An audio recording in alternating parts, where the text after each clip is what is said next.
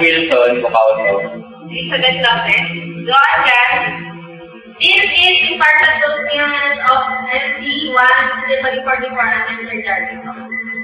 And we're going to start the presentation. So we got to turn it on. So right now it is off. Wait lang, pakita natin yung off. Oh, no bulb. No bulb. Okay. So, look at this. This switch one for automatic or manual first. Automatic, then manual. Manual. That's manual. So, no bulb on. No bulb on. Okay. So then we will push switch 2 to run to its lowest speed. Lowest speed. Lowest speed. Light bulb 2 on. No, light bulb lowest speed. Yes. Lowest speed. Lowest speed. Yeah. Okay. Another switch. Pakita mo yung bulb. Dapat rated speed. Bulb 3 on. I know. Next lowest speed. Next lowest speed.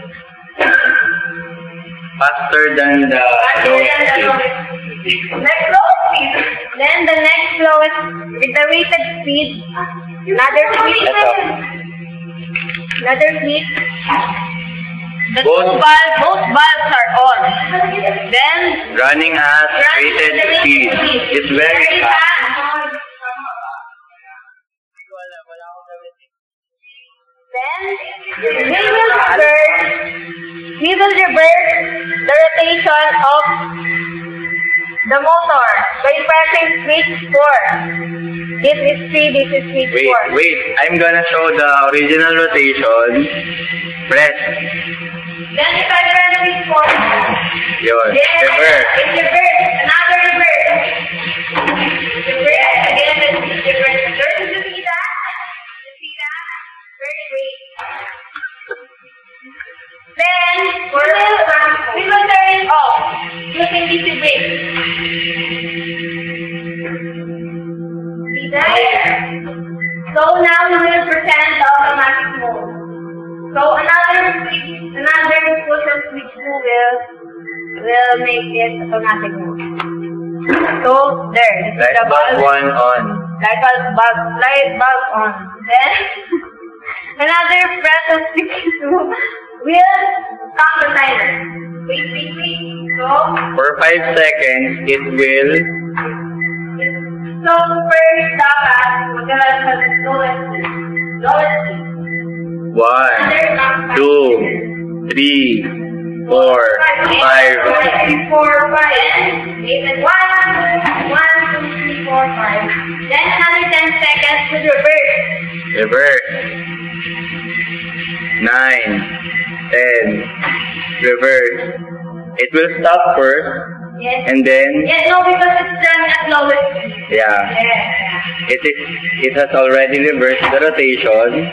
Run at the next lowest speed. Another 10 seconds to reverse again.